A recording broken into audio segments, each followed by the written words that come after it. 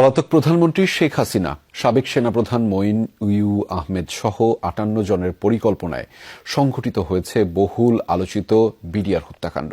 সন্ধ্যায় প্রধান উপদেষ্টার কাছে জমা দেয়া প্রতিবেদনে এমনটাই জানিয়েছে জাতীয় তদন্ত কমিশন। বলা হয়েছে, ক্ষমতাকে কুক্ষিগত ও পাকাপোক্ত করতেই এই নৃশংস হত্যাকাণ্ড ঘটানো হয়েছিল, যাতে দলগতভাবে জড়িত ছিল আওয়ামী লীগ। শেখ ফজলে নূর তাপস ছিলেন প্রধান সমন্বয়ক। ডেন্টিস্টের পরামর্শ নাও নতুন কোলগেট অ্যাক্টিভ সল্ট। নারকীয় বিডিআর হত্যাযজ্ঞ বাংলাদেশের ইতিহাসের অন্যতম সেই কালো অধ্যায়ে কেবল ৫৭ জন সেনা কর্মকর্তার মৃত্যুই হয়নি, বুঝে না বুঝে বিদ্রোহের অংশ হওয়ায় তছনছ হয়েছে সীমান্তরক্ষী বাহিনীর অসংখ্য সদস্যের জীবন। কি কারণে, কাদের প্ররোচনায় এমন নৃশংসতা? কেউ কি পেছন থেকে কলকাঠি নেড়েছে? এমন অসংখ্য প্রশ্ন ছিল জনমনে। সেসবের উত্তর খুঁজেছে বিডিআর হত্যাকাণ্ডের ঘটনায় গঠিত জাতীয় তদন্ত কমিশন। দীর্ঘ ১১ মাস তদন্ত শেষে রোববার প্রধান উপদেষ্টা ডক্টর মোহাম্মদ ইউনূসের কাছে প্রতিবেদন জমা দিয়েছে তারা, যাতে বলা হয়েছে বিডিআর হত্যাকাণ্ড ছিল পরিকল্পিত।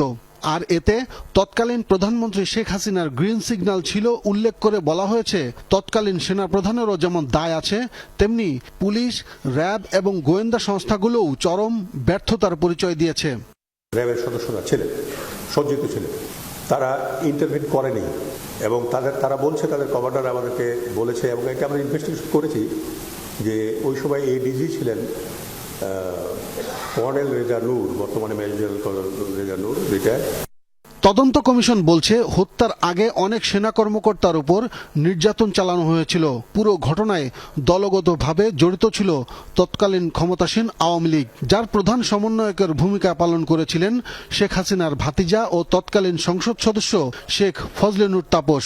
একই সাথে বিদেশি শক্তির সম্পৃক্ততার প্রমাণ পাওয়ার দাবি করা হয়েছে ওই রিপোর্টে।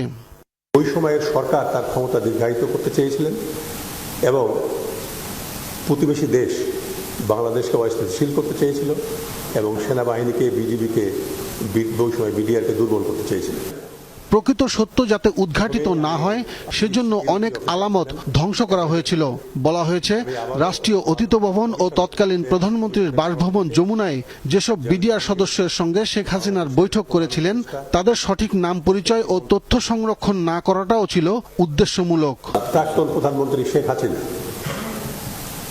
ব্যারিস্টার ফজলে নূর তাপস,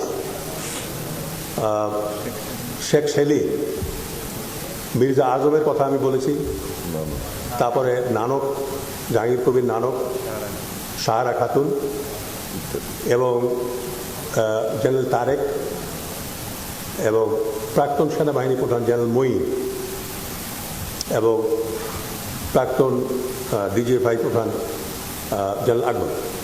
ঘটনার সময় কিছু প্রিন্ট ও ইলেকট্রনিক মিডিয়া এবং কয়েকজন সাংবাদিকের ভূমিকা নিয়ে প্রশ্ন তোলা হয়েছে তদন্ত কমিশনের রিপোর্টে। কি কি অপরাধে তারা জড়িত সেগুলোকে আমরা মেনশন করে আমরা সুপারিশ করেছি, কাজে তাদের সামাজিক অবস্থান বিবেচনায় আমরা এটা গোপন রাখতে চাই। আব্দুল্লাহ তুহিন, যমুনা নিউজ, ঢাকা।